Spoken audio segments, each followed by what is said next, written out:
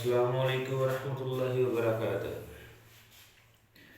तो आज हम बात करेंगे इन्फेक्शियस डिजीज़ के मुतल्लिक, ऐसी बीमारियां जो इन्फेक्शन के बगैर होती हैं।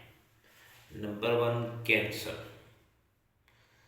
कैंसर को मैं ज़रा आज पंजाबी लुगत में बयान करने लगा हूँ ताकि आम आदमी को समझ लग सके। कैंसर बेसिकली ये किसी इन्फेक्शन से, बैक्टीरिया, वायरस, फंगस से नहीं होता।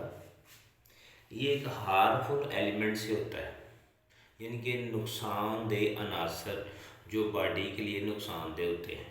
इसकी इंग्लिश में तारीफ है अनकंट्रोल्ड डिवीजन सेल, यानी कि जो सेल की तकसीम है वो आउट ऑफ कंट्रोल हो जाए तो तब कैंसर पैदा होता है। तो ये क्या, फॉर एग्जाम्पल आपके किसी भी आर्गन का सेल, जैसा कि लिवर ले लेते हैं, लिवर आर्गन है, इसका हेप्टिक सेल होता है, तो ऑटोमेटिकली बॉडी में इसके सेल प्रोडक्शन होती रहती है। जैसा कि जिगर के सेल बनते हैं 1 से 2, 2 से 4, 4 से 8, 8 से 16, 16 से 32, 64 वगैरह इसी तरह बनते रहते हैं। जब सेल ये एक दूसरे से मिल जाते हैं, जुड़ जाते हैं, तो फिर ये जुड़ना शुरू हो जाते हैं तो ऑटोमेटिकली ये सिस्टम जो है ना ये बंद हो जाता है सेल डिवीजन का बॉडी में। तो इस सिचुएशन को हम कंटैक्ट इनहिबिशन कहते हैं। तो जो कैंसर वाले सेल होते हैं वो अगर लिवर का कैंसर हो तो उसमें इसी तरह जो सिस्टम चलता है 1 से 2, 2 से 4, 4 से 6, 6 से 12, लटरन पटरन वगैरह इसी तरह जैसा कि बढ़ते जाते हैं। जब ये सेल आपस में जुड़ना शुरू हो जाते हैं तो वो कंट्रोल नहीं होते, यानी कि इनकी सेल डिवीजन जो है वो फास्टिंग हो जाती है, यानी कि तेज़ हो जाती है, वो कंट्रोल नहीं होते। इस तरह वो आपस में वो जुड़ जाते हैं, फिर वो ट्यूमर बनते हैं, ट्यूमर्स के बाद वो कैंसर बन जाते हैं। इस तरह कैंसर पैदा होता है। तो अब हम बात करेंगे ट्यूमर के मतलब। ट्यूमर चूँकि ये कैंसर की प्राइमरी कंडीशन है, तो ट्यूमर की बात करें, ट्यूमर 2 किस्म के होते हैं। एक तो मैलिग्नेंट ट्यूमर होता है और एक जो होता है वो बिनाइन ट्यूमर होता है।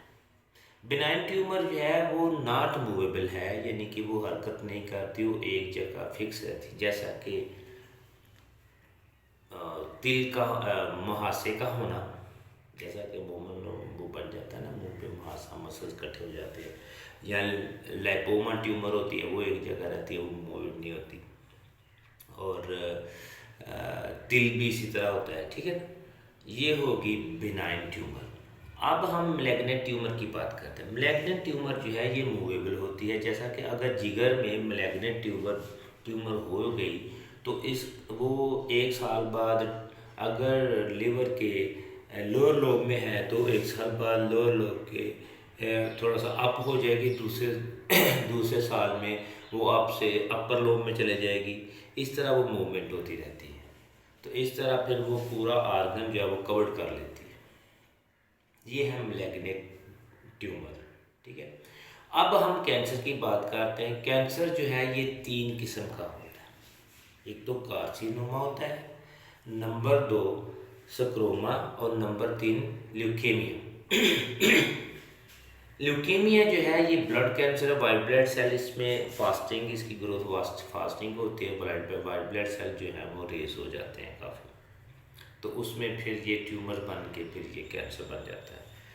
अगर स्क्रोमा जो है ये बून कैंसर है, इसकी मिसाल बून कैंसर है, ये बून में ग्रोथ करता है।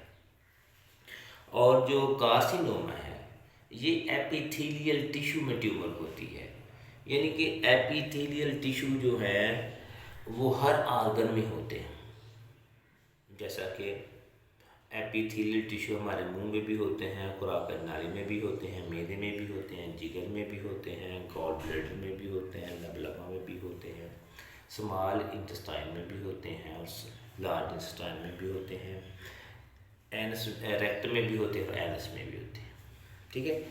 जहाँ एपिथेलियल टिश्यूज़ की ये ट्यूमर बन जाती है उसी आर्गन का वो कैंसर हो जाता है, ठीक है। अब हम बात करेंगे कि इसका ट्रीटमेंट क्या है। ठीक है, तो कैंसर का ट्रीटमेंट तीन तरीके से होता है। एक तो बायोप्सी होती है। बायोप्सी क्या होती है कि जिस हमें मशकूक होता है जो अगर इस आर्गन में कैंसर है तो उसका हम पीस लेते हैं, उसको माइक्रोस्कोपी करते हैं तो उसमें पता चल जाता है कि उसमें ट्यूमर्स है कि नहीं है। ये ट्यूमर है तो किसकी है, कैंसर की है या टीबी की है। दूसरा है एमआरआई। एमआरआई का जो एब्रीवेशन है ये है मैग्नेटिक रेजोनेंस इमेज। तो इसमें गुजारा जाता है आदमी को तो एमआरआई मशीन में। तो एमआरआई मशीन मतलब का स्पेसिफिक टेस्ट होता है, लिवर का होता है, हर अज़ा का होता है। जिस अज़ा का हम सस्पेक्टेड होते हैं, मशकूक होते हैं, उसका एमआरआई होता है। अगर उसमें ट्यूमर हो तो वो नुमाया नज़र आ जाती है। ठीक है, आगे सीटी स्कैन। सीटी स्कैन का जो एब्रीवेशन है वो कंप्यूटेड टोमोग्राफी है। तो इसका भी ये पता चल जाता है कि ट्यूमर कहाँ है। ये तो वो डायग्नोज। अब इनकी हम करते हैं ट्रीटमेंट। ट्रीटमेंट कैंसर का तीन तरीके से होता है। एक तो सर्जरी होती है, जैसा कि देखें भी अगर जून से अज़ा में ट्यूमर है उसको आउट कर दिया जाता है।